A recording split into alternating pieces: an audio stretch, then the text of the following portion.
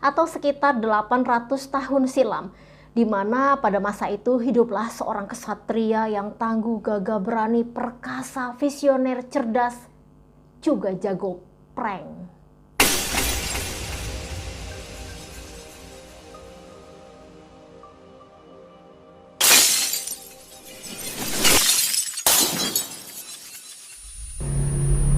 Hai, jumpa lagi di Receh. Receh yang bukan sembarang receh yang bukan rocehan.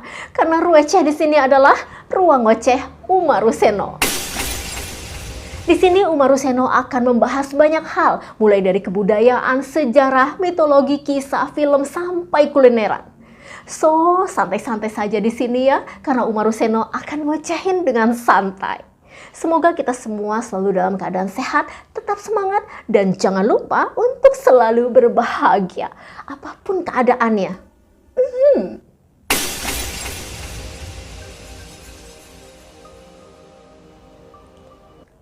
Assalamualaikum warahmatullahi wabarakatuh. Salam Rahayu, Rahayu, Rahayu.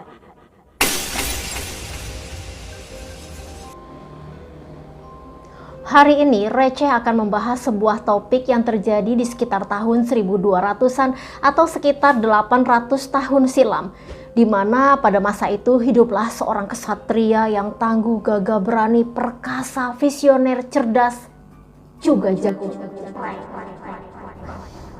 Ya, kesatria itu adalah Raden Wijaya, seorang pendiri kerajaan Majapahit yang tersohor, yang terkenal dengan kemewahannya, kemegahannya yang wow-nya deh, pokoknya semuanya. Yang panji-panjinya berkibar hampir di seluruh Nusantara, bahkan hingga Malaka sampai ke Filipina. Bangga nggak tuh?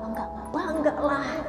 Jadi kalian jangan kemana-mana ya, tonton video ini sampai selesai. Kalian akan mendengarkan kisah heroik Raden Wijaya dan kisah ngeprank terbesar di abad ke-13.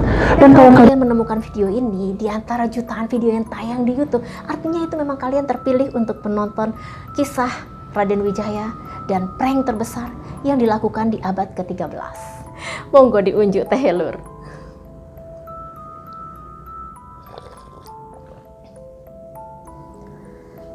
Nararya Sang Rama Wijaya. Nama itulah yang tertulis dalam Prasasti Kudadu. Sementara dalam kitab Negara Kertagama tertulis nama Dyah Wijaya sebagai pendiri kerajaan Majapahit. Pada masa itu gelar kebangsawanan Raden belum populer. Gelar kebangsawanan yang populer pada masa itu adalah Dyah. Sementara Raden berasal dari kata Radyah, Radian, atau Rahardian. Darah yang mengalir di tubuh Raden Wijaya adalah darah Jawa Sunda. Kalau anak-anak sekarang istilahnya janda gitu ya, keturunan Jawa Sunda. Tapi jangan main-main, darah yang mengalir dalam tubuh Raden Wijaya itu bukan darah sembarangan. Darah dari dua kekuatan kerajaan besar di tanah Jawa, yaitu Kerajaan Sunda Galuh dan Kerajaan Singosari. Ayahnya adalah seorang putra mahkota dari Kerajaan Sunda Galuh yang bernama Rakrean Jayadharma.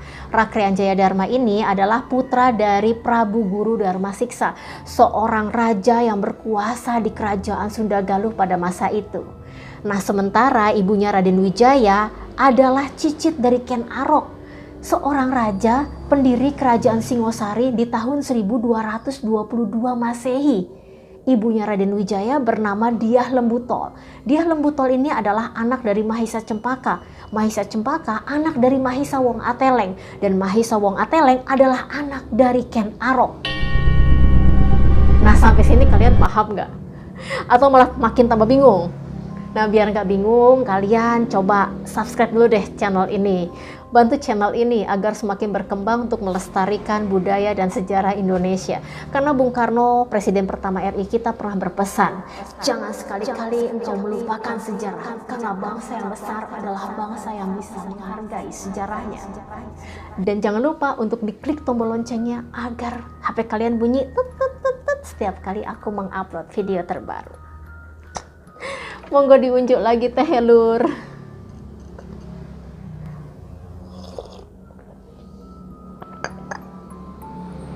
Raden Wijaya hidup di Kerajaan Sunda Galuh. Namun kehidupan Raden Wijaya tidaklah mudah. Tidak semudah seperti yang kalian bayangkan. Anak raja bergelimangan harta, hidup enak, makan enak, foya-foya, shopping-shopping. Hey, hidup di istana tidak semudah itu, Lur. Tidak semudah hidupku yang tiap kali rebahan sambil nonton YouTube. Tidak seperti itu. Kehidupan dalam istana itu penuh intrik dan penuh kewaspadaan. Ayahnya Rakyan Jayadharma yang seharusnya menjadi raja saat Prabu Guru Damasiksa mangkat dibunuh oleh saudaranya sendiri.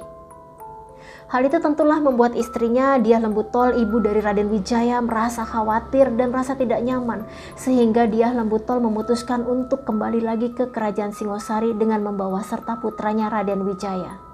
Di Singosari, Raden Wijaya dinikahkan dengan keempat putri dari pamannya, yang saat itu raja yang berkuasa di Singosari, yaitu Prabu Kertanegara. Menurut Prasasti Balawi dan Kitab Negara Kertagama, Raden Wijaya dinikahkan dengan keempat putri Prabu Kertanegara yang bernama Tribuaneswari, Narendra Duhita, Jayendra Dewi, dan Gayatri. Namun menurut Kitab Pararaton, Raden Wijaya hanya dinikahkan dengan 2 orang putri dari Prabu Kertanegara. Lalu timbullah spekulasi-spekulasi yang mengatakan awalnya Raden Wijaya hanya menikahi 2 putri Kertanegara. Lalu setelah beliau menjadi raja, beliau menikahi 2 lainnya. Di tahun 1289, datanglah ke Singosari utusan dari Kekaisaran Mongol. Ya, kalau utusan itu sekarang mungkin dubes ya, duta besar ya. Biasanya dubes kan datang ke suatu negara bawa pesan dari presiden. Nah, tapi utusan dari Kaisar Mongol ini datang bukan hanya sekedar bawa pesan gitu, pesan yang enak-enak gitu, bukan, tetapi Pesan yang bernada ancaman, ultimatum. Siapa sih yang gak kenal bangsa Mongol? Bangsa Mongol adalah bangsa yang terbarbar, terbengis, tersadis di kala itu. Siapapun yang mendengar bangsa Mongol, apalagi didatangan, itu hatinya itu akan ciut ketar-ketir, nyalinya langsung kuncup ya. Nah, ini datanglah ini utusannya si bangsa Mongol itu ke Singosari, utusan dari kaisar yang bernama Kubilai Khan. Kubilai Khan ini adalah pendiri dinasti Yuan. Dia adalah cucu dari Genghis Khan. Genghis Khan ini adalah seorang tokoh yang berhasil menyatukan suku-suku bangsa di Mongol. Genghis Khan juga berhasil membangun imperium besar dan luas yang membentang dimulai dari timur itu di Cina, lalu di sebelah barat itu ada Persia dan Eropa Timur, di sebelah utara ada Rusia, dan di sebelah selatan ada India. Menurut sejarawan R.J. Rumal, lebih dari 30 juta orang terbunuh di bawah kekaisaran Mongolia. Serem gak tuh? Dan selain terkenal dengan kebengisan, kebarbaran, dan kesadisannya, bangsa Mongol ini juga terkenal dengan fisiknya yang buruk dan aroma badannya yang mengeluarkan bau busuk. Karena mereka nggak pernah mandi dan nggak pernah mencuci baju. Karena menurut keyakinan mereka, di sungai itu hidup seekor naga yang menjaga siklus aliran air. Jadi kalau mereka mencuci dan mandi di sungai, dikhawatirkan akan mencemari air sungai tersebut dan membuat sang naga marah.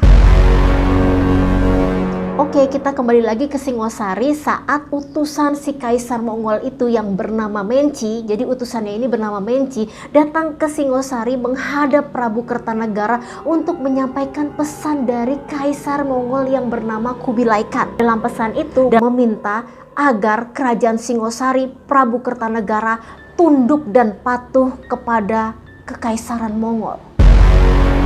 Dan sebagai bukti tanda ketertundukannya, Raja Kertanegara harus menyerahkan upeti kepada Kaisar Mongol.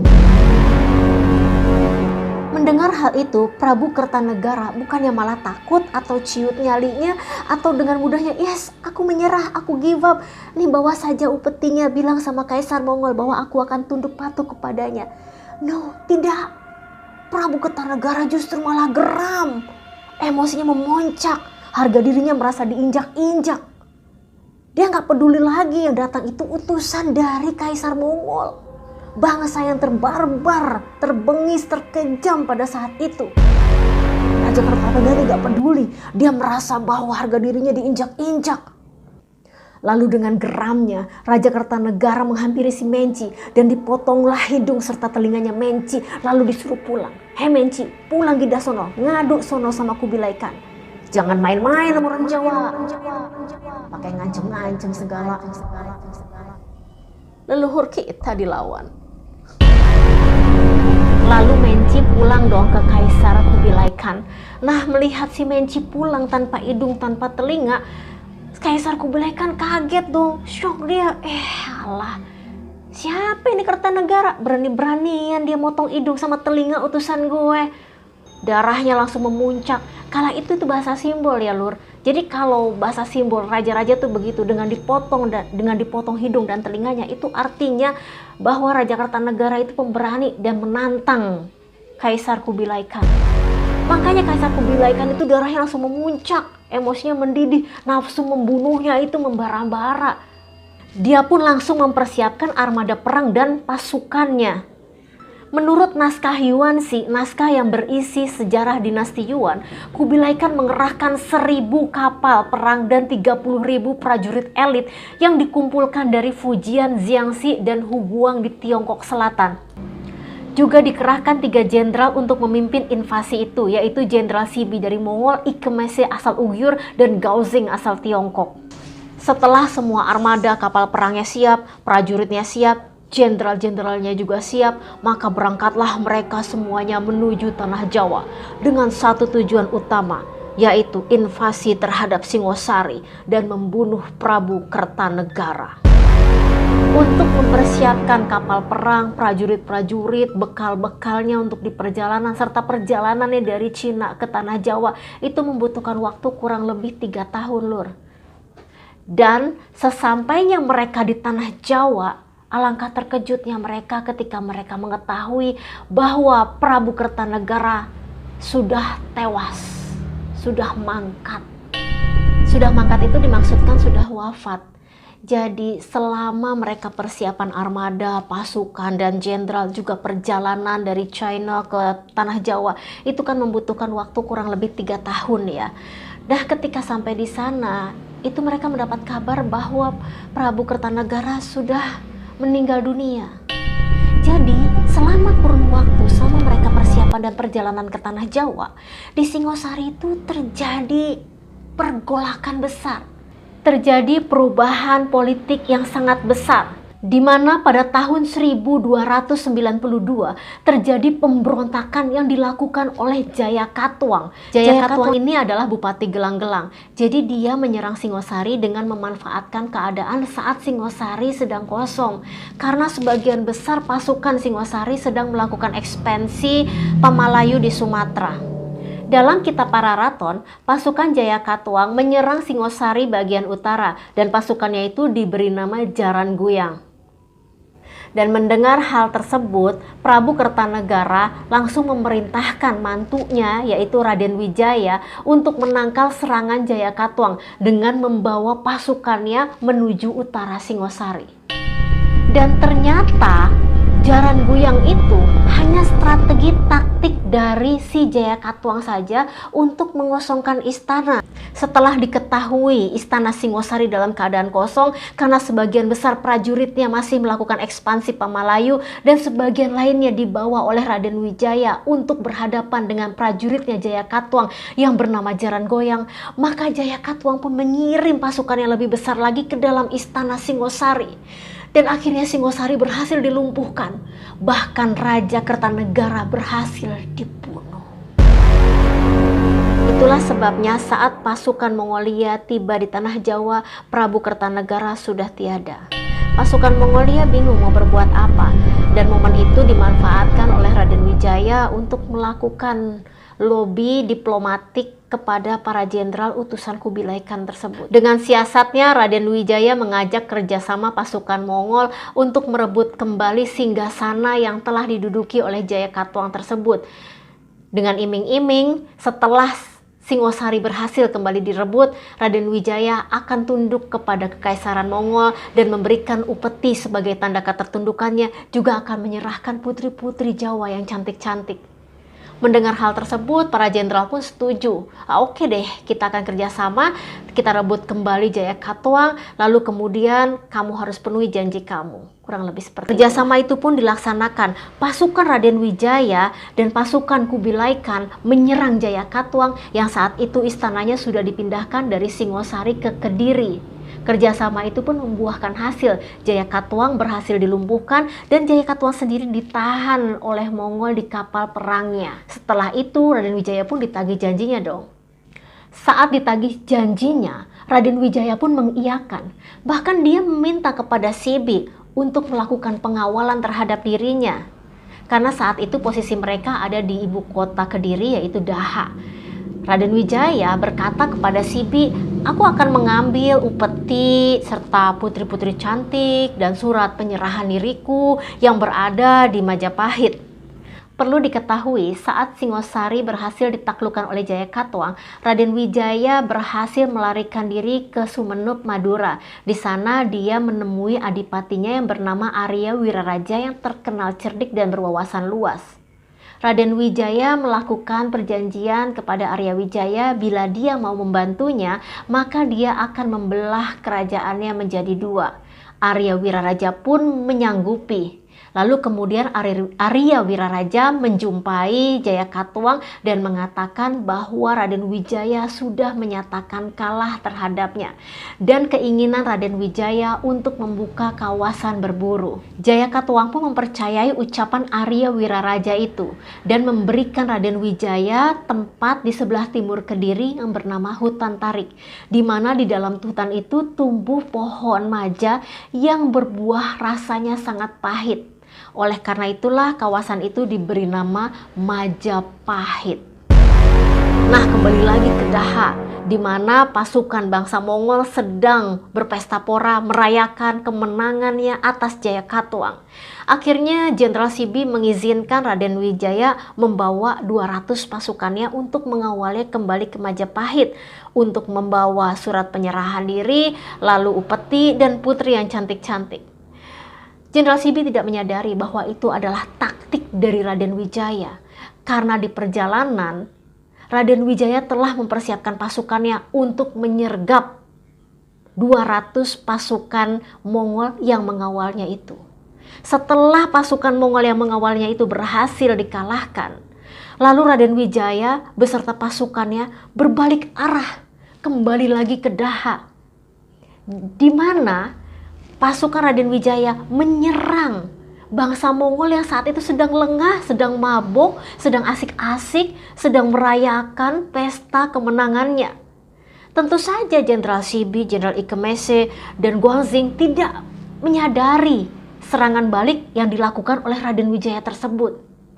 Raden Wijaya berhasil membuat pasukan bangsa Mongol itu kocar-kacir, menahan sebagian pasukannya, dan sebagian yang lain ada yang terbunuh dan lari kocar-kacir menuju kapalnya dan kembali ke kekaisarannya di Cina. Wow, terima kasih Raden Wijaya. Kalau bukan karena kecerdikan, siasat, dan strateginya juga keberaniannya, mungkin saat ini tanah Jawa dikuasai oleh bangsa Mongol yang terkenal bengis, sadis, dan barbar itu. Dan mungkin saja saat ini badan kita menjadi bau karena dilarang mandi dan mencuci baju.